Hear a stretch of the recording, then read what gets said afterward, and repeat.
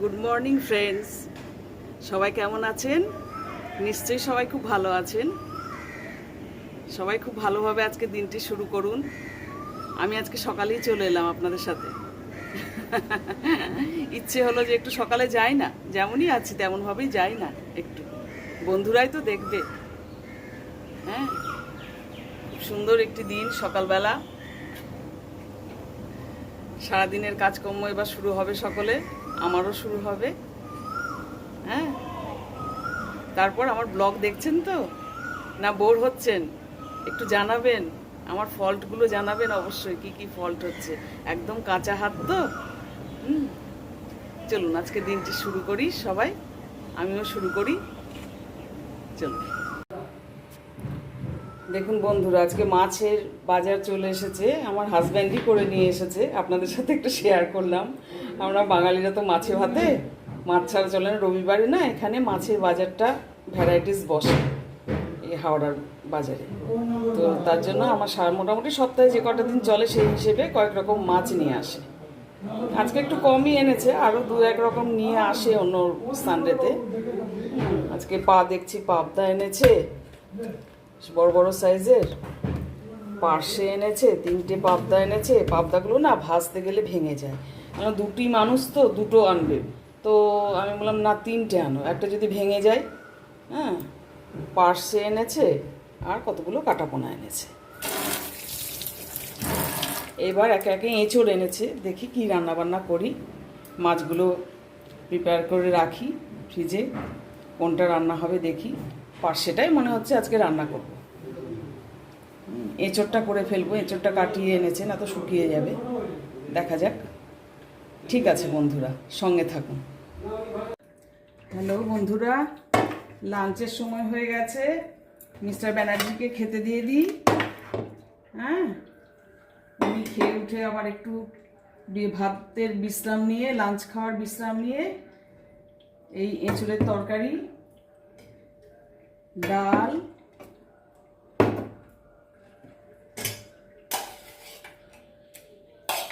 একটু কুমড়ো আলুর তরকারি, এই পার্শে মাছটা রান্না করলাম আজকে, আর এই দই। ব্যাস, এই আছে আজ আমাদের রবিবারের মেনু। আপনারা সবাই খেতে বসছেন তো? আপনারা সবাই খেতে বসে পড়ুন। पायो जी मैंने राम रतन धन पायो, पायो जी मैंने राम रतन धन पायो। वस्तु अमोलिका दी मेरे सतगुरु, वस्तु अमोलिका दी मेरे सतगुरु। कृपा करो अपनायो, पायो जी मैंने राम रतन धन पायो। আবার চলে এলাম একটু সন্ধ্যাবেলায়। হ্যাঁ, কেমন আছেন? সারাদিন কেমন কাটলো সবার? আমার তো একটু একটু দেখিয়েছি ক্লিপ, সারাদিন কিভাবে কাটালাম। আর আজকে একটুখানি আমরা যে তামিলনাড়ু ঘুরতে গিয়েছিলাম, বলেছিলাম একটু একটু করে গল্প করব। আজকে না রামেশ্বরম যাওয়ার গল্প একটুখানি করি। হ্যাঁ, যেগুলো যেগুলো মনে খুব লেগে আছে সেগুলো আপনাদের সাথে শেয়ার করছি। তা রামেশ্বরম ট্যুর করব আমরা। তো এজেন্সির ওনারা বলে দিলেন যে আপনারা কারা কারা নিরামিষ খাবেন, খাওয়ার পর দর্শন করতে নিয়ে যাবে। এই খাওয়ার পর 3টের দিকে বেরোবে, এরকম বললো। তো আমি নিরামিষ খাবো, ঠাকুর দর্শন করতে যাব, নিরামিষ খাবো। অনেকে হয়তো সেদিন ভাতও খেলেন না, কিন্তু আমরা ভাত খেলাম, নিরামিষ খেলাম। তারপর আমরা ওখানে না টোটো করে যেতে হয় হোটেল থেকে। টোটোগুলো খুব ভালো না, টোটোগুলোর বসার সিটগুলো, অ্যারেঞ্জমেন্টগুলো একদম ভালো না। তা যাই হোক, যেভাবেই হোক আমরা রামেশ্বরম মন্দির টোটো করে গেলাম। সেখানে বাস যায় না, টোটোই যায়। হোটেল থেকে টোটোই যায়, টোটো করেই সবাই যায়। যারা গিয়েছেন তারা তো জানবেন নিশ্চয়ই। তারপর আমি বলেছিলাম কি যে ওখানে যে ওই 21টি কুণ্ড রয়েছে, 22টি না কুণ্ড রয়েছে, শ্রীরাম তীর মেরে জল বার করেছিলেন আর কি, পৌরাণিক কাহিনী অনুযায়ী। তা সেই কুণ্ড একটুখানি জল আমার নেওয়ার খুব ইচ্ছে। তো উনি ম্যানেজার যিনি ছিলেন তিনি বললেন যে কুণ্ড জল ভেতরে এন্ট্রি আমরা করাতে পারবো না, অনেক সময় সাপেক্ষ ব্যাপার, আর সময়ের থেকেও বড় কথা কি ওরা কিন্তু অনেক টাকা ডিম্যান্ড করে। ওদের ওখানে যারা পণ্ডিত রয়েছে তারা ওই মাথাতে একটু একটু করে জল ছিটিয়ে দেবে 22টা কুণ্ডর দিয়ে অনেক টাকা, একটা বড় সড়ো লামসাম অ্যামাউন্ট বলে দিল, জানি না সত্যি কি না মিথ্যে কি সত্যি। হ্যাঁ, তা ভয় পাইয়ে দিল আর কি আমাদের। আমি বললাম ঠিক আছে, ভেতরে তাহলে আপনি বলছেন যখন ঢুকবো না। উনি একটু অ্যাভয়েডই করলেন, আমার মনে হলো যে অতগুলোতে নিয়ে যাচ্ছেন আমাদের লোকেদের সব, হ্যাঁ সবাই মিলে গেলে পর অনেক দেরি হয়ে যাবে, এটাই আর কি অ্যাভয়েড করার আমার মনে হলো আর কি। তো যাক, আমার না ঠিক আছে, আপনি কিন্তু জায়গাটা আমায় দেখিয়ে দেবেন, আমার খুব শখ, আমি ব্লগে দেখি সব ব্যাপারটা, আমার কিন্তু দেখার খুব শখ, আপনি জায়গাটা কিন্তু গেটটা কিন্তু দেখিয়ে দেবেন আমাকে। তো তারপর তো আমরা নেমে মন্দিরের দিকে এগোচ্ছি, মন্দির দিয়ে বলে দিল যে আমরা এরম দরজা দিয়ে 4টি পূর্ব পশ্চিম উত্তর দক্ষিণ দরজা রয়েছে বোধহয়, তো আমরা কোথায় পশ্চিম দরজা দিয়ে যাব, পশ্চিম দরজা দিয়ে বেরোবো, এরকম একটা কিছু বললেন আর কি উনি। হ্যাঁ, দিকটা আমি সঠিক আমার খেয়াল নেই। তো সেই দিক দিয়ে যাচ্ছি, ঢুকবো, ঢোকার আগে উনি বললেন মন্দির চত্বরের প্রায় দিকেই ঢুকে যাচ্ছি, যেতে যেতে উনি চিৎকার করছেন পেছন থেকে, ও মিসেস ব্যানার্জি, ও মিসেস ব্যানার্জি, এই যে এখানে আসুন আসুন, আপনি বলেছিলেন কুণ্ডের গেট দেখবো। তা আমি তাড়াতাড়ি করে আবার পেছন দিকে দৌড়ে গেলাম, দৌড়ে গিয়ে দেখলাম ওখানে সব পণ্ডিতরা রয়েছে ঘটিতে করে জল নিয়ে, হ্যাঁ ডাকছে আসুন আসুন করে, ওদের ভাষায় ডাকছে আর কি। তা দেখলাম বাইরে থেকে জিনিসটা মোটামুটি দেখলাম। আর ভেতরে গেলে পর আর এক ভদ্রমহিলা বলছে আমি যাব, ভেতরে যাব, কিন্তু ওই আমাদের যিনি ম্যানেজার ছিলেন ট্যুরের তিনি বারণ করে দিলেন, এজেন্সির ম্যানেজার, যে না গেলে একটা লামসাম অ্যামাউন্ট একটা ডিম্যান্ড করবে, এরকম করে বারণ করলেন। যাই হোক, আমি খুব ভালো করে অবজার্ভ করে আমি দেখলাম পণ্ডিতগুলোকে, দেখলাম ঘটি নিয়ে জল নিয়ে সব দাঁড়িয়ে আছে, ডাকছে আমাদেরকে। তো দেখে নিয়ে আমি আবার ওই যে দরজা দিয়ে আমাদের ঢোকাবে সে দরজা দিয়ে দেখলাম, সেই দরজাটি উনি বলে দিলেন এটি হচ্ছে কিন্তু এশিয়ার মধ্যে বৃহত্তম লংগেস্ট করিডোর আর কি। এই করিডোরটি তো অসাধারণ। ভেতরে ঢোকার পর মন্দির দেখতে পাচ্ছি, মন্দির চূড়া সব দেখতে পাচ্ছি, দেখে যখন ভেতরে ঢুকছি সে করিডোর মানে অসাধারণ করিডোর, মনোমুগ্ধকর একদম। তার যা কারুকার্য, দুপাশে কোন দিকে তাকাবো, এদিকে তাকাবো ওদিকে তাকাবো না ওপর দিকে তাকাবো, সব মানে বিভিন্ন ওই পৌরাণিক কাহিনীটা লেখা রয়েছে। আর মানে ছবি তৈরি করে আর্ট কোনো জায়গায় মানে মূর্তি খানিকটা করে তৈরি করে পুরো পৌরাণিক কাহিনীটা লেখা রয়েছে অসাধারণভাবে এবং কারুকার্য খচিতভাবে।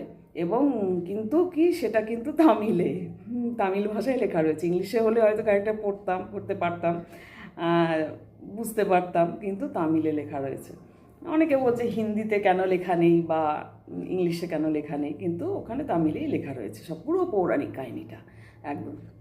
আর মূর্তি তৈরি করে করে, মূর্তি দিয়ে পেন্টিংয়ের মাধ্যমে, অসাধারণ পেন্টিং, যেদিকে তাকাচ্ছি ওপরে ছাদের দিকে দিয়ে। তারপর তো সেই জিলিপির প্যাঁচ, ঠাকুর দর্শন মানে সেই সব জায়গাতেই, মানে তিরুপতি ঠাকুর থেকে শুরু করে মীনাক্ষী টেম্পল, রামেশ্বরম টেম্পল, জিলিপির প্যাঁচ, রেলিংয়ের বেড়া দিয়ে দিয়ে একদম জিলিপির প্যাঁচ করা দিয়ে যাচ্ছি। যেতে যেতে ফাঁকাই, খুব একটা ভিড় ছিল না, ফাঁকাই ছিল সে সময়, দিয়ে যেতে যেতে ঠাকুর দর্শনের জায়গায় এলো। এবার সব দৌড়ে দৌড়ে যাচ্ছি তো আর কি। হ্যাঁ, তো যেতে যেতে একটা আমাদেরই ট্রাভেল এজেন্সি, ওরা একটা শাড়িতে যাচ্ছে, আর একজন চেনাশোনা সব হয়ে গেছে, আর একজন আর একটা শাড়ি দিয়ে যাচ্ছে, আমি পাজল হয়ে যাচ্ছি। আমি ভাবছি যে কী ব্যাপার, আমি কি ভুল লাইনে যাচ্ছি নাকি নাকি ওনাদের কি দেখা হয়ে গেল, কী ব্যাপার, এতগুলো মানে জিলিপির প্যাঁচের ওই গোল গোল ইয়ে রয়েছে, লাইন রয়েছে, গ্রিল দেওয়া সব লাইন রয়েছে। তারপর আমি আমার সামনে, আমার হাজব্যান্ড পেছন থেকে, তুমি সামনের দুজনকে ফলো করো, সামনের দুজনকে ফলো করে চলো, তো তুমি অত চিন্তা করো না, সামনের দুজনকে ফলো করে চলো। না, চিন্তা কিছু করছি না, কেননা বিশেষ ভিড় নেই, ঠাকুর দর্শন করেছি তিরুপতি, সে ভিড় সামলিয়ে, এখানে তো সেরকম কিছু ভিড় নেই। যাই হোক, যেতে যেতে তারপর যখন ঠাকুরের সামনে গেলাম, অন্ধকার ঘরটা একদম অন্ধকার, আর শিব মূর্তিটা না একটু দূর থেকে বুঝতে পারছি না একদম চোখে যে কোনটা শিব মূর্তি আর কি। মানে বড় একটা স্তম্ভ যেটা থাম্বা করা রয়েছে, তার উপরে মূর্তি বসানো রয়েছে, কিন্তু থাম্বাটাকে মনে হচ্ছে ওটাই বোধহয় শিবলিঙ্গ। তারপর আমি ঠিক বুঝতে পারছি না। তো এক পাশে আমার পেছনে আমার এক সহযাত্রী, এক ভদ্রমহিলা বলে, চোখটাকে খানিকক্ষণ বন্ধ করে খুলুন, দেখুন এবার ভালো করে। তখন আরেকটু এগিয়ে গিয়েছে লাইনটা সামনের দিকে, হ্যাঁ, আর সামনের ভদ্রলোক তো 2 হাত তুলে, আমার থেকে হাইটে শর্ট ছিলেন উনি, 2 হাত তুলে শিব স্তোত্র করে চলেছেন, অপূর্ব একদম মুখস্থ শিব স্তোত্র তার, হ্যাঁ, ভক্তি ভরে করে চলেছেন উনি। যাই হোক, দিয়ে আরেকটু এগিয়ে গিয়েছি, তখন দেখতে পেলাম হ্যাঁ এরকম ছোটোর ওপর বালির শিবলিঙ্গ, যেটা সীতা তৈরি করেছিলেন। হ্যাঁ, আর নিচে রাখা রয়েছে হনুমান, পরে যেটা এনেছিলেন প্রতিষ্ঠিত হওয়ার পর, সেটা নিচে রাখা রয়েছে সেই শিবলিঙ্গটিও। হনুমান এসে ওখানে প্রতিষ্ঠিত করে দিয়েছিলেন পরে আর কি। রাম তো আগেই সীতারটাই উঠে মানে সম্ভবপর হয়েছিল, হনুমান আসতে দেরি করেছিল, পৌরাণিক কাহিনী অনুযায়ী এগুলো আর কি কথা। তো তারপর চোখে যখন ধাতস্থ হয়ে গেল, ওই মাঝে মাঝে পুরো পণ্ডিতরা করছে কি, প্রদীপের আলোতে এই আরতি দেখাচ্ছে, তখনই প্রদীপের আলোতেই মানে যেটুকুনি দেখা যাচ্ছে আর কি, এমনিতে ঘর অন্ধকার ওখানে, সব বেশিরভাগ ঘরগুলোই মীনাক্ষী টেম্পল অন্ধকার অন্ধকারে, ওই আরতির আলোতেই যা দেখা। এটাই আর কি। দিয়ে দেখলাম বালির সেই শিবলিঙ্গ, সেই মনে হলো রাম সীতার কথা যেন জ্বলন্ত দেখতে পাচ্ছি তাদেরকে সামনে, এরকম একটা ভক্তিভাব একটা জেগে উঠলে মানুষের মন যেরকম হয়ে যায়, বিগলিত হয়ে যায়, ঠিক সেরকম হলো। দেখা টাকার পর তারপর সব ঘুরে টুরে আরও দেখলাম, আরও কিছু মূর্তি রয়েছে, মন্দির রয়েছে, সেগুলো ওর ভেতরে সব প্রচুর মন্দির, দেবদেবাদি, প্রচুর শিবলিঙ্গ, পরপর পরপর সমস্ত দর্শন করলাম, করে তারপর বেরিয়ে এলাম। একটু ছবি টবি তোলা হলো, আমাদের সহযাত্রীরা সব একসাথে তুলে আমরা বাইরে যখন এলাম, বেশ খানিকক্ষণ সময় কাটিয়ে ওর ভেতরে কিন্তু একটা খুব ইন্টারেস্টিং ব্যাপার, একটা হাতি ঘুরে বেড়ায় সাজিয়ে গুজিয়ে, তার কান দুটোকে খুব সুন্দর চক দিয়ে দিয়ে খড়ি দিয়ে দিয়ে বোধহয় নানা রকম নকশা করা, তার সুরে নকশা করা, তার সর্বত্র বিচরণ, এবং সে যত তার মাহুত আছে তার ওপরে পিঠে যত মানে করছে, ঠাকুরদের সামনে যাচ্ছে, ঠাকুর দেবতার মুখস্থ, সে সুর তুলে শুধু নমস্কার করে যাচ্ছে, সুর তুলে শুধু নমস্কার করে যাচ্ছে। তার সর্বত্র বিচরণ। এবং অন্যান্য ব্লগে দেখেছি সে আবার রাস্তা দিয়েও ঘুরে বেড়াচ্ছে। মন্দির চত্বরে অত বড় হাতি মানুষ থাকবে কী করে সর্বক্ষণ, হ্যাঁ, সে রাস্তা দিয়েও ঘুরে বেড়ায় ওই চত্বরেই। তা সে মন্দিরে ঘুরে বেড়াচ্ছে, তাকে একটু দেখা হলো। হ্যাঁ, আর তারপর আমরা বেরিয়ে এলাম, বেরিয়ে এসে তখন আমরা একটু সি বিচ, ওখানকার যে রামচন্দ্রের যে সি বিচ যেখানে করেছিলেন বালি দিয়ে, তো সেই সি বিচটা, আর কালাম সাহেবের বাড়ি ওখানে, হ্যাঁ, ডক্টর এপিজে কালাম, তার বাড়ি ওখানে। তার বাড়িটা দেখা হলো। তার বাড়িটা যদিও আমরা সেদিন দেখিনি, আমরা দেখেছিলাম ওই ধনুষ্কোটি দেখে আসার পথে দেখেছিলাম, ওই রামেশ্বরম মন্দির চত্বরেই কিন্তু তার বাল্য অবস্থা এবং কৈশোর অবস্থায় বেড়ে ওঠা। হ্যাঁ, ওখানেই তার আদি বাড়ি, জন্ম ভিটে আর কি। হ্যাঁ, ওই চত্বরেই কিন্তু তার বেড়ে ওঠা, মন্দির চত্বরে।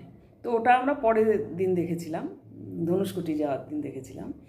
আর তারপরে সি বিচে গেলাম। সি বিচে গিয়েও আর একটা ইন্টারেস্টিং জিনিস দেখলাম, যে একজন অল্প বয়সী মহিলা, হ্যাঁ, আর অল্প বয়সী তার হাজব্যান্ড এবং তার একটি ছোট্ট বাচ্চা, সে বাচ্চাটিকে সামলাচ্ছে তার হাজব্যান্ড, এবং সে বালি দিয়ে ঠিক ওই রকম সীতা মানে শিবলিঙ্গ তৈরি করেছে। তখন পঙ্গল চলছিল, যার জন্য ওদের কিন্তু ওদেশীয় একটা বড় পরব আর কি, অনুষ্ঠান চলছে পঙ্গল। একটা বালি দিয়ে শিবলিঙ্গ তৈরি করেছে, করে প্রদীপ জেলে, তারপর ধূপ ধুনো দিয়ে, ফুল দিয়ে, প্রসাদ দিয়ে, মিষ্টি দিয়ে ঠাকুরের রীতিমতন শিব ঠাকুরটার কিন্তু পুজো করছে। ওর প্রথা অনুযায়ী, হ্যাঁ, ভদ্রমহিলা অল্প বয়সে একদম পুজো করছে। দেখে খুব ভালো লাগলো, বলছে সীতা বসে বোধহয় শিবলিঙ্গটা বানিয়ে পুজো করছে আর কি। হ্যাঁ, এটা একটা অনুভূতি আর কি। তারপর সমুদ্রে খানিকটা জল স্পর্শ করলাম, সেদিন ছিল পৌষ সংক্রান্তি। হ্যাঁ, সবাই বললো যে যারা আমাদের সাথে গেছিলো যে চলো একটু সমুদ্রের জল স্পর্শ করি, কাছে খানিকটা গেলাম। হ্যাঁ, গিয়ে ওর হাজব্যান্ড আবার আমার হাজব্যান্ডের একটা ছবি তুলে দিল, বাচ্চা সামলাচ্ছিল, বাচ্চাকে কোলে নিয়ে, ওই যে মেয়েটি পুজো করছিল বসে, শিবলিঙ্গ নিজে হাতে তৈরি করে পুজো করছিল, সে খানিকক্ষণ বসে টসে তারপর আমরা আবার হোটেলে ফিরে এলাম। হ্যাঁ, তো রামেশ্বরমের গল্প এটাই করলাম, এটাই খুব ইন্টারেস্টিং ব্যাপার ছিল। তারপর বলে দিয়েছিল, যখন আমরা নিরামিষ খাচ্ছিলাম, আমাদের এজেন্সির যিনি কুকের ডিপার্টমেন্টের ছিলেন, তিনি বলে দিয়েছেন বিকেলে কিন্তু ডিমের ডেভিল হবে। তখন আমি আমার হাজব্যান্ডের দিকে তাকাচ্ছি, তো উনি বলছেন হ্যাঁ, বিকেলে ঠাকুর দর্শন করে আসার পর আমরা খেতে পারি। উনি বললেন হ্যাঁ, আমরা ডিমের ডেভিল খেতে পারি। তারপর মানে হোটেলে ফিরে আসার পর তো ওরা বিকেলকার স্ন্যাক্স দেয়, ডিমের ডেভিল, চা, সমস্ত খাওয়া টাওয়া হলো। খুব ভালো কাটলো আর কি, দর্শন খুব ভালো হলো। হ্যাঁ, তবে ওই ভদ্রমহিলার কথাও মনে পড়ে। উনি বললেন যে চোখটা একটু বন্ধ করুন, করে তারপর খুলুন, দেখুন দেখতে পাবেন। তো সত্যি তারপর আর স্পষ্ট হলো বিষয়টা। না তো আমি বুঝতে পারছিলাম না শিবলিঙ্গ কোনটা, অন্ধকার ঘর তো। মাঝে মাঝে প্রদীপ দিয়ে পুরোহিত মশাই একটু আরতি করছেন, তখন ওই প্রদীপের আলোতেই দেখা। হ্যাঁ, তো খুব ইন্টারেস্টিং এবং খুব ভালো বেড়ানো আমাদের। একটি জায়গা আরেকটি জায়গা শেয়ার করলাম, এইভাবে একে একে যেগুলো মনের মধ্যে গেঁথে রয়েছে আপনাদের সাথে শেয়ার করব, আপনারা একটু শুনবেন। আর আমার তো ওই একটি কথা, হ্যাঁ, একটুখানি সাবস্ক্রাইব করে আমাকে লাইক কমেন্ট শেয়ার করে এগিয়ে যেতে একটু সাহায্য করবেন, আপনারা চ্যানেলটি নিয়ে এগিয়ে যেতে সাহায্য করবেন। তাহলে আজকে এখানেই শুভরাত্রি জানাচ্ছি। আর সবাই ভালো থাকবেন, সুস্থ থাকবেন এবং পজিটিভ থাকবেন। নমস্কার।